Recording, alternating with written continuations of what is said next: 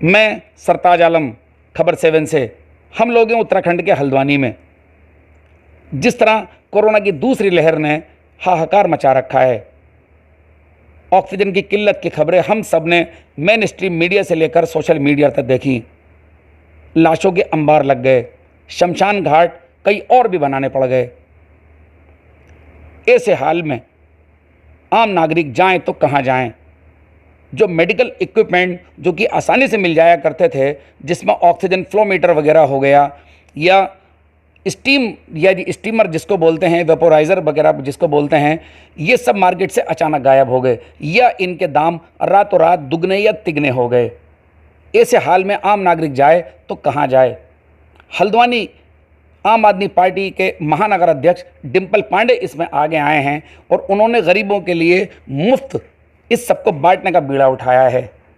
इस हाल में कि लोगों के कारोबार बिल्कुल डाउन हो गए हैं, डिम्पल पांडे ने हिम्मत करके ये सब जुटाया है और वो हल्द्वानी में गरीबों को ये सब बांट रहे हैं। कोई भी कोरोना पेशेंट है वो इनसे संपर्क कर सकता है और ये सब कुछ हासिल कर सकता है। हल्द्वानी में तैनात सफाई कर्मचारी हों या हल्द्वानी के सड़कों पर तैनात पुलिसकर्मी हों, उनको ग्लव्स देने हों, ये जो हमने फेस शील्ड यहाँ पर पहनी है ये भी डिम्पल पांडे साहब ने हमें गिफ्ट की है। मीडिया में काम करने के नाते उन्होंने फ़ोन करके बुलाया और हमें दी है।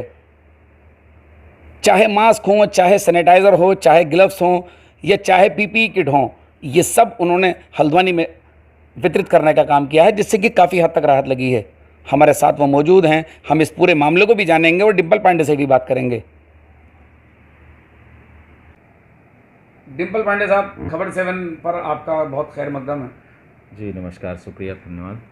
कोरोना के इस मुश्किल वक्त में जहां कालाबाजारी चरम पर है, जहां मुनाफाखोरी चरम पर है और जो ज़रूरी सामान थे जो कोरोना मरीजों को चाहिए थे वो बाजार से अचानक यकायक गायब हो गए, किस तरह आपको ये प्लान तैयार हुआ? किस तरह आपने सूझी कि इतने महंगे महंगे सामान आप लोगों को, ये गरीब मरीजों को आप मुफ्त बांट रहे हैं और एक नेक काम कर रहे हैं? सरताज जी, दरअसल जब कोरोना की दूसरी लहर हमारे देश में आई तो मेरे पास तमाम लोगों के फ़ोन आने लगे कि हाँ सर, हमें बेड चाहिए, सर हमें ऑक्सीजन चाहिए, सर हमें ये चाहिए, सर हमें, हमारा पेशेंट दयनीय स्थिति में है, जो कि बहुत ज़्यादा नीड है, आईसीयू में एडमिट होना है, तो वेंटिलेटर चाहिए। तमाम ऐसे फ़ोन आते थे, तमाम शहर के अच्छे अच्छे लोगों के फ़ोन आते थे जिनको ज़रूरत होती थी। दरअसल मेरा पृष्ठभूमि यहीं से है, मैं हल्द्वानी से ही काफ़ी बचपन से हूँ, तो थोड़े बहुत मेरे संबंध बाज़ारों में हैं, डॉक्टर्स से या तमाम लोगों से हैं।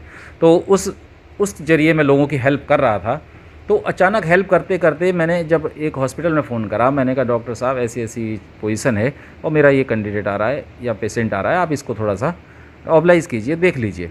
तो डॉक्टर का यही कहना था कि ऑक्सीजन लेवल कितना है। जब मैंने उन्हें ऑक्सीजन लेवल बताया तो उन्होंने कहा कि ऑक्सीजन हमारे पास है, ऑक्सीजन पेशेंट भी अरेंज कर ले रहे हैं, लेकिन हमारे पास उसके ऊपर लगाने वाला फ्लोमीटर नहीं है।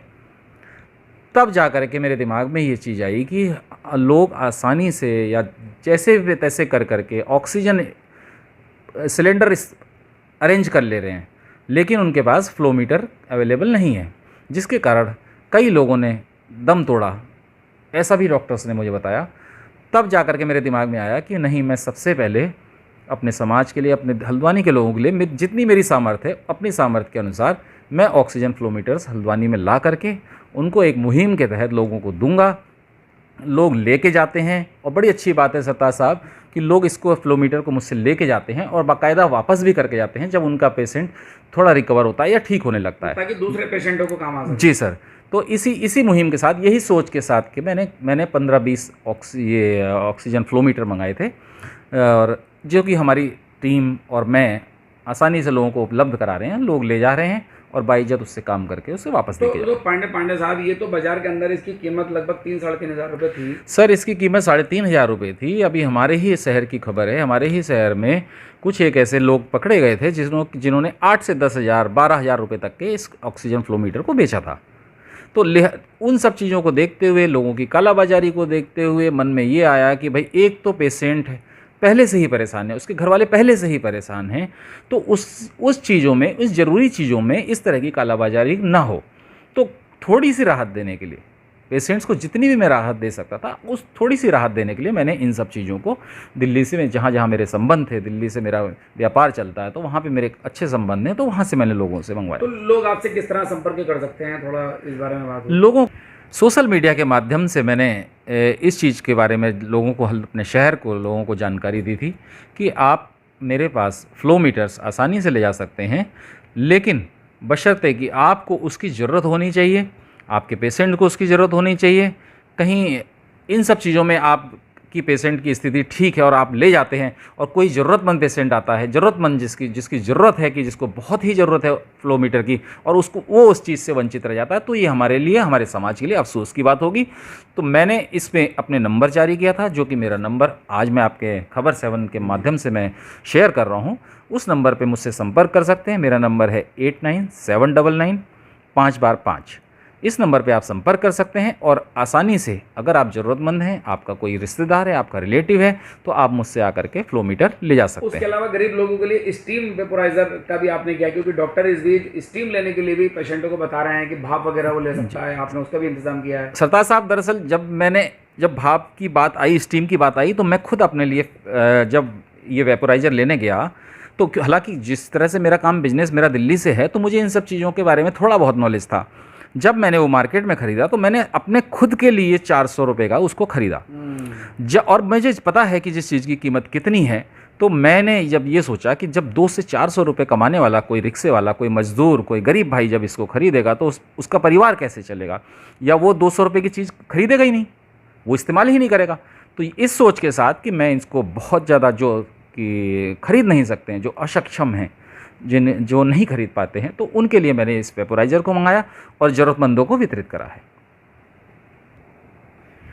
दूसरी चीज़ सरदार साहब, जो हमारे फील्ड में, जो हमारे सड़कों पर तैनात है, जो हमारे स्वास्थ्यकर्मी हैं, जो हमारे पुलिस के सिपाही भाई कर्मचारी हैं, जिनको की बहुत ज़्यादा प्रोटेक्शन की ज़रूरत है, इसलिए हमने ज़्यादातर कोशिश करी कि हम राशन पानी में बहुत कम गया मैंने ये कोशिश करी कि जो हमारे फ्रंट लाइन वॉरियर्स हैं वो सुरक्षित रहें, क्योंकि उनकी जिम्मेदारी है, वो पूरे शहर की जिम्मेदारी निभा रहे हैं, हर चौराहे पर खड़े हैं, धूपों में तपती गर्मी में खड़े हुए हैं।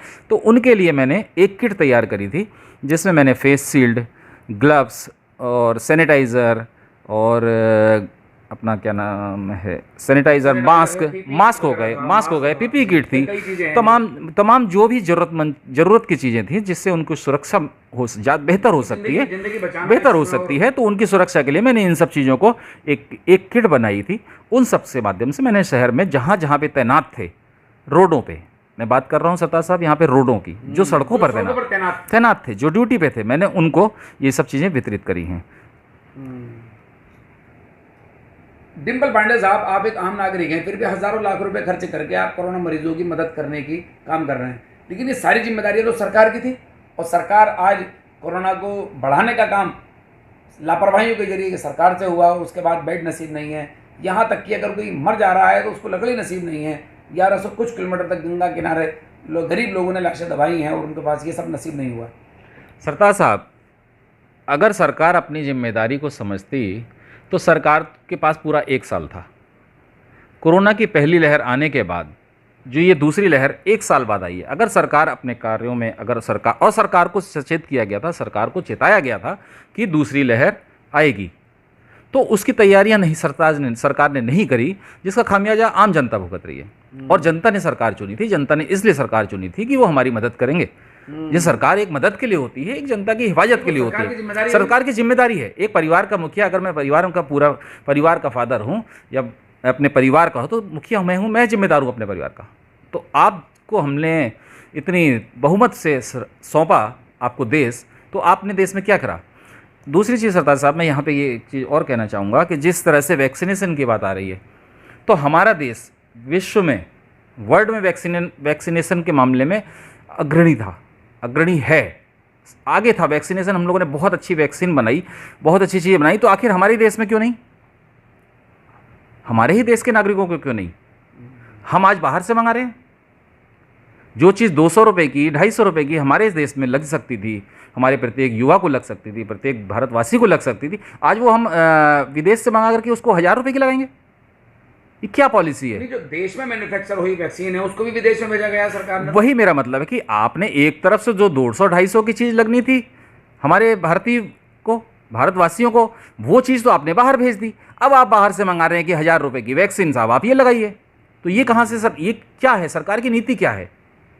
इस पर तो प्रश्न चिन्ह खड़ा होता है ना। और दूसरी चीज़, जिस तरह से सरकार इस बार नाकाम हुई है, आज 45 साल की मेरी उम्र हो गई है, मैंने ऐसी सरकार नहीं देखी। इस तरह की नाकामियाँ सरकार मानते हैं, सरकार हमेशा कभी सरकार को आलोचनाओं का शिकार होना पड़ता है। सरकार की आलोचना नहीं होगी तो किसकी आलोचना करेंगे? क्योंकि जिम्मेदार आप हो तो आपकी आलोचना होगी। तमाम सरकारें आईं, तमाम सरकारें गईं, लेकिन इस तरह की सरकार ये पहली बार देखी गई है। जिस तरह से ये नाकाम हुए हैं, आप मीडिया पे आकर के या टीवी पे आकर के आप रो दोगे, आप आंसू बहा दोगे, आप ताली बजाइए, आप थाली बजाइए, इन सब चीज़ों से क्या देश चलता है? इन सब चीज़ों से क्या देश की जनता की सुरक्षित होती है? आप मजाक मत कीजिए देश की जनता के साथ। देश की जनता रो रही है, देश की जनता कराह रही है। जिसके अपने गए हैं उनसे पूछिए। सरताज साहब, मेरी बेटी की फ्रेंड है जिसके ब्रदर को हुआ था, जिस लड़की को खुद हुआ था, तो वो उनका मेरे मतलब एक तरह से मैं इतना दुखी हूँ, मैं आपको बताते हुए मुझे महसूस हो रहा है, मैं फील कर रहा हूँ उस चीज़ को कि उनका मकान तक बिक चुका है, उनके पास रहने की छत नहीं है, और फिर भी उनका भाई नहीं बचा सके वो लोग। क्या ये सरकार की नाकामी नहीं है? गरीब आदमी भूखा मर रहा है, गरीब आदमियों के घर मकान बिक रहे हैं, रोजी रोजगार छिन गया है, किस तरह से आदमी जिए? सरकार के पास एक पूरा लंबा वक्त था इन सब चीजों को ठीक करने। मैंने बोला सरदार साहब कि सरकार के पास पूरा 1 साल था। 1 साल था, आपकी तैयारियां क्या थी? आप दूसरों पे आरोप लगा रहे हैं, विपक्ष पे आरोप लगाते हैं, या दिल्ली सरकार पे आरोप लगाते हैं, या दूसरी सरकारों पे आरोप लगाते हैं। आप क्या कर रहे हैं? आप दूसरी सरकारों को आपने कह दिया वैक्सीन अपने आप अरेंज कीजिए। राज्य सरकारों को आपने बोल दिया ड्यूटी किसकी है, जिम्मेदारी किसकी बनती है? जिम्मेदारी सरकार की है। आप मुखिया हो, आप सबको दीजिए, आपकी जिम्मेदारी बनती है। प्रत्येक भारतवासी, आपकी जिम्मेदारी है। सरताज साहब, मेरे हाथ में ये वेपोराइजर है, ये ऑक्सीजन फ्लोमीटर है मेरे हाथ में। मैं ये सरकार से ये जानना चाहता हूँ कि जब ये हमारी बेसिक चीज़ें, ज़रूरतें मजार क्षेत्र से क्यों गायब हो गई?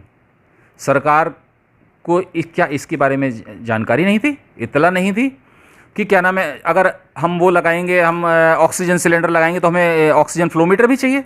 ऑक्सीजन फ्लोमीटर अगर सरकार की सरपरस्ती में गायब हुआ है तो हमारे समाज के लिए बहुत बहुत दुखदाई बात है।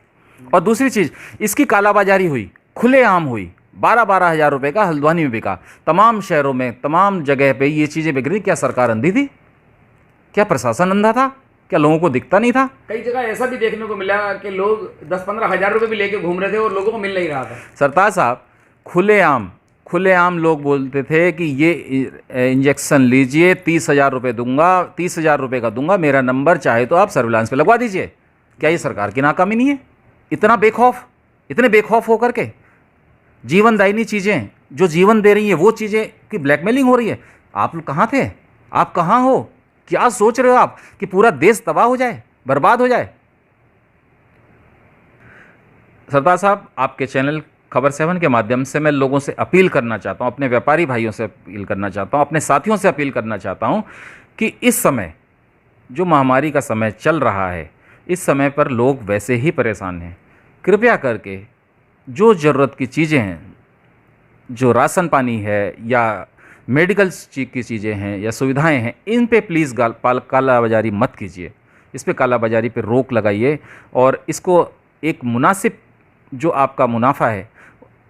पहली बात तो मैं अपील करूंगा कि यहाँ पे इस समय अगर हम देशवासी, हम भारत के लिए समर्पित हैं, अपने समाज के लिए समर्पित हैं, तो मुनाफे को छोड़ दीजिए। कमाने के लिए जीवन पड़ा है, ज़िंदगी पड़ी है, हम लोग फिर कमा लेंगे। फिलहाल अपने अंदर सेवा का जज्बा लाइए।